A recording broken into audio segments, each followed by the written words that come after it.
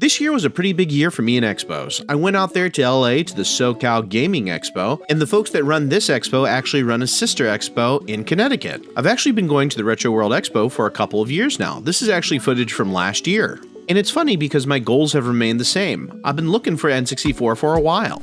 Hey, we're here today at the Retro World Expo, just looking at stuff, seeing what we can find, talking to people, hopefully getting some N64 games. I've been looking to complete this N64 collection for quite a while now, and the goal hasn't changed. But the big change is I only have one game left. This is a very quick song to let you know we're going to the Retro World Expo. Maybe we'll flip and dip, you never know.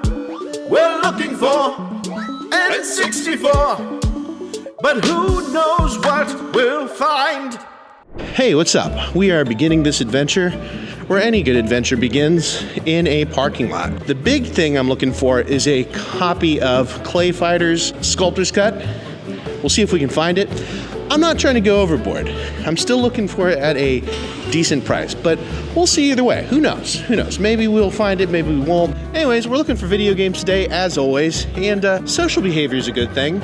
So let's get in there, see some stuff, talk to some people, have a good time. People were lining up, and not 2 seconds into getting there, I ran into somebody that knew me. The funny thing is, I did a terrible job filming it, so I'll just throw up some interpretive B-roll over top. Hey! How you doing, man? How are you? Good, good. We were literally just at your antique booth like the other week. Oh, nice. Buying elephant trunks. Did you get anything? I bought the F1. Oh, nice. And I got the like weird Japanese like fishing game. Oh, yeah. I just like, when I bought that, I was like, kind of, you know the play date? I was like, this is like a weird play date thing. I mean, I got it because I mean, you had everything great. Like, there, so I was like, why not? Well, thanks, man. Yeah, of course. Well, hey, did you go to the Elephant Trunk Flea Market? Yeah, we did. Yeah, that's a lot of fun. We went to your booth first. So. Oh, cool, man. Thanks so much. Yeah. Wait, what's your name? Nick. Nick. Nice to meet you, Nick. I saw you really quick because I usually vend at the Retro Games Plus. Oh, yeah. Norwalk. Oh, yeah. And, this year landed right on my anniversary. So my girlfriend let me pop in for like 10 minutes. The June one in October, right? Congo and Orange. Yeah, so I'm going to be there. Oh, yeah, me too, for sure. Okay, cool, I'll see you then. I'll see you there. It's been really cool, like, running into random people that know who I am. You know, I don't put my face on these things a lot, but, you know, every once in a while somebody's like, hey, are you that guy? I am that guy. Anyways, let's get into the rest of the expo. Now, first things first, let's stop over at Retro Games Plus. Now, I go here all the time because, you know, they have a bunch of stores in Connecticut, and Chris, the guy who owns this store, also owns a part of this expo. For some reason, their Newington location always has like a ton of extra stuff, but I gotta say, they had a very good showing here. There were so many things here that I was interested in getting. It shows why Retro Games Plus is one of the best, if not the best, video game stores in Connecticut. Now, the Retro World Expo is a great place for friends new and old, and this particular fellow right here I met at the SoCal Gaming Expo. He had these amazing looking custom builds, and guess what? He decided to come out to Connecticut, and I ended up meeting him. What a nice guy. Let's talk to him. No, you're good. This is my brother Nick. Oh, hey, nice to meet you. Oh, yeah. This guy blew me up. You're the guy. Yeah, that's awesome. But no, this guy, he did it himself. Like, people are like, he's got a great, they think a lot of Ed Sheeran jokes, but they're like, no, but I think like why it resonates because you're great about talking about the things you love. Yeah. And like, there's the running joke was like, so you asked the guy who has the shirt, and you were surprised that he had custom games. It's like, well, I don't know. I didn't know what they were going to look like, you know. But like, I was just, anyways, you go into it. It was funny because we had just like walked into each other and we just said, yeah. It was like, all right, let's do it. We saw you last time, but we've got a new question. What's in the box? Part 2. Okay, well, let me show you what I got. A lot of people really liked the NES boy last time. So, out of tradition, we have a Super Nintendo boy. Made with the Super Nintendo Classic, Nintendo DS Lite with the SP screen. Somebody that wants something a little bit newer than the NES, but I couldn't stop there. We have the Super Famicom boy. And it's kind of along the same lines where they use a DS Lite, SP housing, and you can use the controllers to actually play. Can you, well, no, that doesn't make any, I was gonna say, can you do 2-player? But no, that doesn't make any sense at all. It would be really cool if you could. Viewer discretion advised. I collaborated with an Instagram handler, artist, Neat Game Boy, and he hand painted this shell, and I put an IPS screen in it. One of the coolest features about this shell is the cartridge. Oh, that's wild. Yeah. It's like perfect for Halloween. It is perfect for all the horror fans, for all the gore fans. You know, you've got all your characters. Nice. So scary. Yeah. So what's this guy? This is a boxy pixel, all aluminum shell with a custom Rayquaza etching, gold buttons, all aluminum, so it feels wonderful in the hands. With an IPS screen, brightness control. This is one of the better ones. Feels great in the hands, has a good weight to it. Nice. Yeah. Cool. So this is like a Game Boy SP that's kind of reshelled, right? Exactly. That one's really cool. Oh yeah. You work with like a person that custom prints for you, right? I do. So he goes by the name SoCal Game Boy, and he does custom UV printing.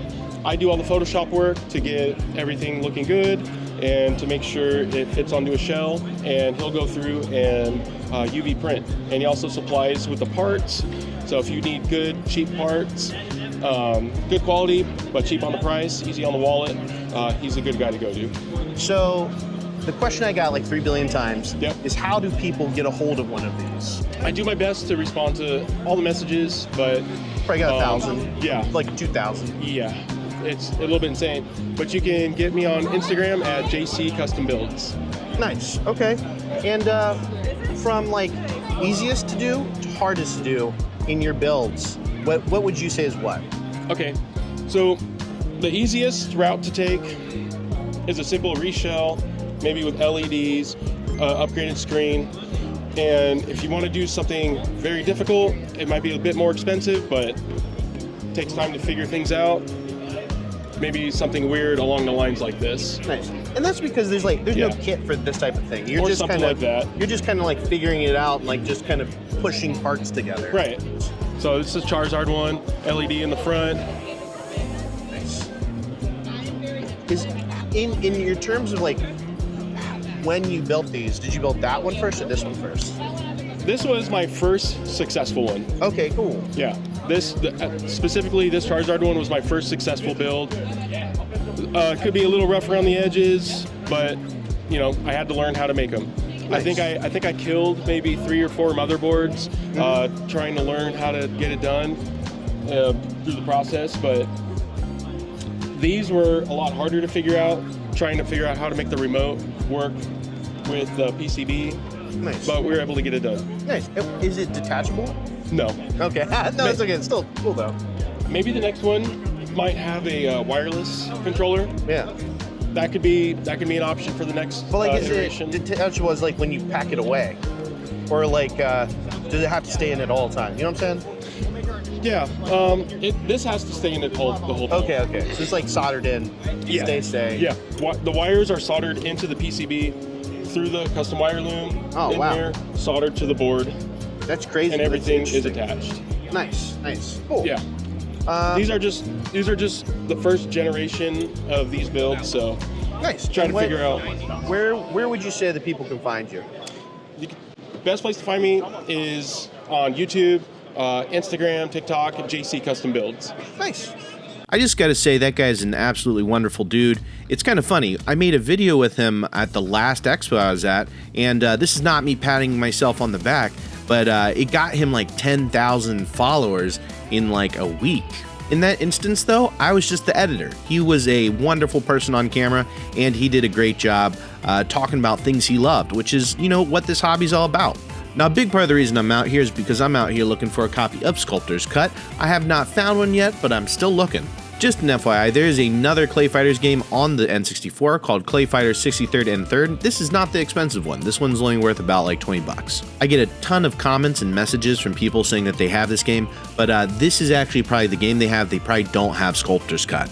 Growing up, this series is absolutely legendary. It's super macabre. It's exactly what you'd think. It is just like basically a snuff film.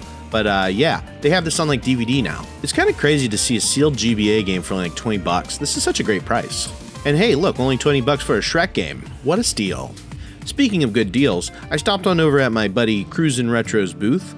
He's been popping up at a lot of different cons and stuff, but he has a standalone store as well. His store just opened this year, and it's been looking really good, so you should check it out if you have never been.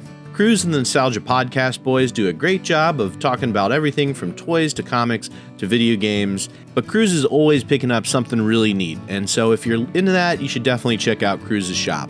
His shop actually opened up in May, so I think I'll go over there in like December or maybe like late November to do a like, hey, how has it been having a video game store for 6 months type video. Funny enough, I actually met Cruz at the Retro World Expo last year. And I'd recognize one of these little Game Boys anywhere. One of my buddies, Flipside Gaming, makes those little reshells. By the way, I love the consistency of old school Nintendo branding, and I just love this like star pattern. What were your highs and lows of this year's con? So highs, got to chill with the boys again, got to meet a couple really cool people from the West Coast. Lows, I was separated from my friends this year. Aw, wait, how? I was placed on the other side of the convention, but besides that, everything else went well. This game right here was pretty cool. It's called Retro Mania Wrestling, and it had a level from the Retro World Expo. Another cool secret unlock here is a lot of the vendors that are circling around this particular stage have their own, reskin when you walk up to them. This is the guy who made the game showing Retro Rick that when you walk up to Retro Rick's booth in the actual game, the whole theme changes over to Retro Rick themed, or, Retro Rick's game point rather. These boys coming up do a lot of retro console modding. If you've ever seen like a tiny N64 or something really cool online and wondered, is that even real? How do people make that? These guys probably made that. So we are all associated with bitbuilt.net. It is an online forum where, us and a whole lot of other people like to post all of our fun builds. So we are here to show off all of our cool builds that we like to make. It's all for the love of the craft. Some of this stuff is practical and some of it is not. We like to take real consoles, take the motherboards, cut them up, and put them into either fully portable or micro console form factors. So I have a couple of the micro consoles here, like this is the world's smallest GameCube and some of its brothers. We have fully portable Wiis like the Ashita, the G-Boy. We have Nintendo 64 portables. We have Wii plug-and-plays, like this is the spiritual successor to the iQ, the Nintendo 64 plug-and-play. We have a Dreamcast portable, world's smallest N64 portable, my favorite, the N64 SP. And what do you have over here, Downing? Tell me about these ones. And so we got a couple of my older mods. This was a Super Nintendo original hardware that had a flash card built into it. So pretty much the entire library of Super Nintendo games is on that, but original hardware. My Tiger Boy Advance, which was built as a joke, but seems to be the most popular thing I've ever put out. And then my babies are the N64s. I've been doing that for probably 16 years now. And as of last month, I actually have a kit to build a portable N64. Basically, that kit right there will build this guy right there. So how has 3D printing changed the game? So when we first started this hobby, we did a process called frankencasing. It's when you took project enclosures and you would glue controllers onto it, and then you would spear Bondo on it, you sand it, and then spray paint it. And now with 3D printing, you spend 40 hours in front of a computer screen designing it on the computer, and then we can just print it out now. This is all really cool stuff. I've always wondered how they were made, and now you can know via bitbuild.net. Now those guys were making video game consoles out of old consoles. What about people that are doing FPGA stuff? Well, I thought I'd ask this fellow about that. All right, I'm Ken. I have a channel called What's Ken Making? So where I like to dig into engineer. I like to look at the engineering behind game systems, classic consoles, that kind of thing. And the display here at Retro World Expo is all about hardware emulation. I've gotten into the Mister project, part of the Mister community, and so I brought a lot of the stuff that I do on my channel here to kind of show how hardware emulation systems work.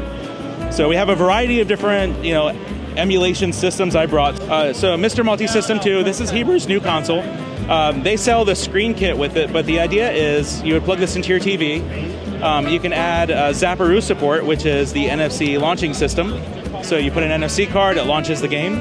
And they've really positioned this to be an all-in-one Mister device that you can just buy and plug in and use right away. So that's kind of what Heber's thing is.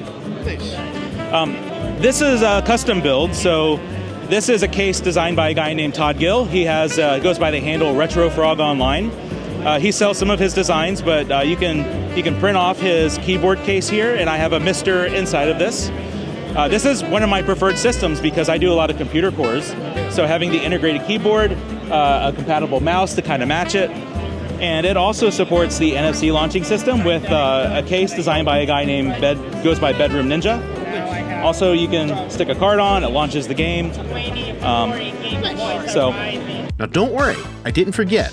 I was still looking for ClayFighter, and right here it looked like this one might be it. But I'm not going to keep a secret from you. Somebody reached out to me for a much lower price, but it didn't keep me from looking at this one right here.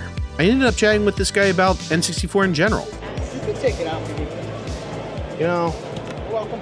I have one game left in my N64 set. So listen, the only one I had left was Super Bowl win. Everything else was done. So much harder to find Super Bowl. It is. So much harder. So, right.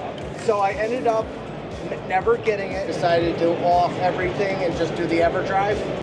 I had the money in my pocket and I was really thinking about getting this one, but I'm not gonna lie, it just didn't speak to me, and I decided not to go with this one. I know this is gonna sound insane, but this copy is almost too clean. It's 100% a real copy. I just wanted some sort of indicator that this was from Blockbuster.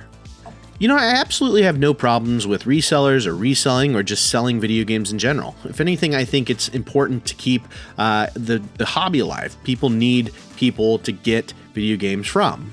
This is going to sound so counterintuitive, but I just don't want to have buying a video game be so transactional. I like that each video game I'm buying has a little bit of a story, and I'm becoming a part of that story.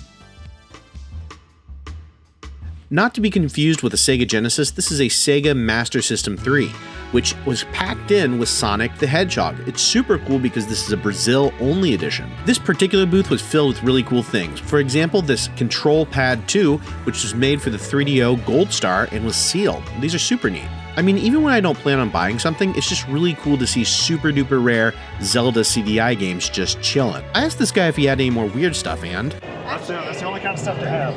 Yeah. Weird stuff. N64 Dex Drive. Oh, what's that? So you could back up your save files onto your PC. Huh. Both floppy disks. I wonder if it, well, I don't even know how you'd plug that into a computer nowadays. That's super cool. Sell floppy like USB drives. that guy had good vibes. I should have gotten his Instagram. I'm guessing he has a bunch of other cool stuff. This guy casually had a ClayFighters, a little bit pricey, but still within the range of what you'd see a ClayFighters go for. Oh, dang. How much you want for Aero Fighters? I'd rather do a trade. Oh, fair.